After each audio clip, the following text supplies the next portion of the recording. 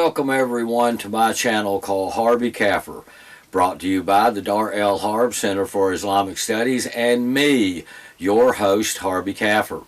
So however you found this channel, it's my most fervent hope you'll return to learn more about the ideology that attempts to pass itself off as the religion of peace, Islam, and how it affects us folks known in Islam as Kafirs. I'm taking a break from my regular work in the Dal el Harb to answer a burning question that no one has asked about my attire in these videos. It seems no one wants to know why I wear the same hat and red shirt in every episode of Harbi Kafir presented by the Dal el Harb Center for Islamic Studies. But I have my reasons. The first being continuity. If I look the same in all of the videos, what I wear becomes less and less of a distraction, so more attention is paid to the lesson instead of the teacher. As far as my hat, it is an homage to the Janissary Corps of the Islamic Ottoman Empire, an elite military unit for over 400 years, made up of Christian boys conscripted mostly from the Balkans, then converted to Islam by force to serve the Turkish Caliphate. The Janissaries were the first full-time army unit in history and the first to make extensive use of firearms. Then, 200 years ago, Mahmud II disbanded the Janissaries, but when many of the displaced warriors revolted, they were either exiled or executed, the last few thousand by decapitation, an Islamic favorite. So I wear this funny hat in remembrance of the little boys abducted from their homes in the Balkans as Islamic tribute from a conquered land, then converted by their enslavers to an ideology that used them in battle against the West and Christendom. This red shirt I wear every show is my battle shirt, as inspired by Virginian Confederate General Ambrose Powell Hill of the South's legendary Army of Northern Virginia during our mid-19th century unpleasantness with the tyrannical Northern federal government. I picked up this shirt many years ago in Fredericksburg on a battlefield pilgrimage because it was marketed as being like the shirt A.P. Hill would wear into combat as he led the 3rd Corps of Robert E. Lee's Army of Northern Virginia. Troops, upon seeing Hill's red garb, were recalled to have said, "Little pal's got on his battle shirt," as they prepared for the brutal business they all knew was at hand. Well, I am Harbi, and that means I am at war with Islam.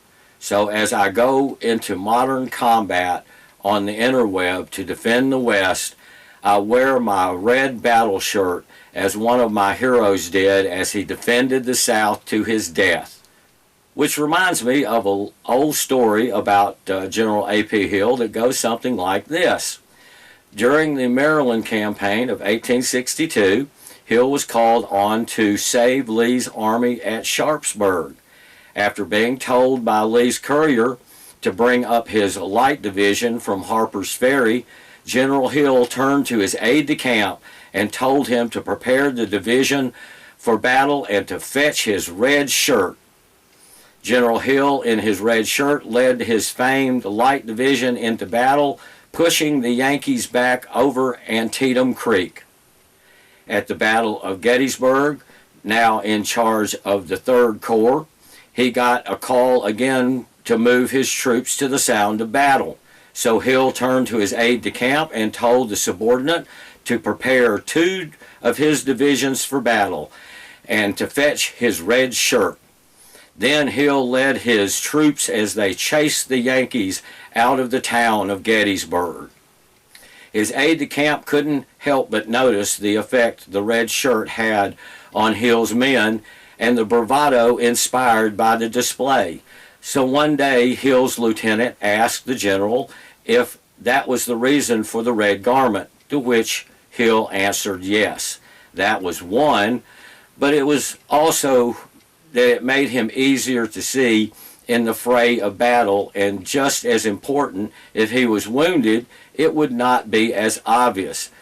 So his men would not become demoralized by the sight of a bloodied commander.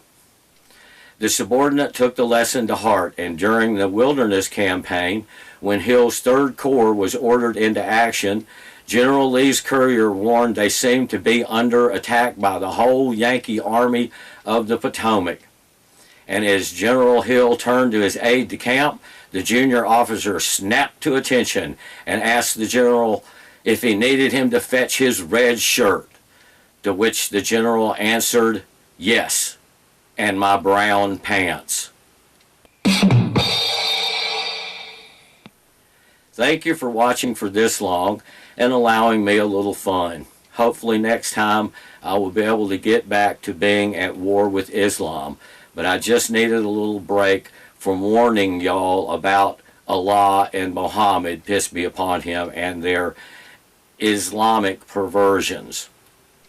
But if you have seen my previous content, you know the reason I will return in more of these videos for the Dal el Harb Center for Islamic Studies is because I am just a plain warner. I am here to warn anyone who will listen of what will come with submission to Islam and the folks who follow the Quran. And we really don't want that here, do we, my fellow Kafirs? Please leave your comments below, and remember, no Islam, my fellow Kafirs, so there is no submission.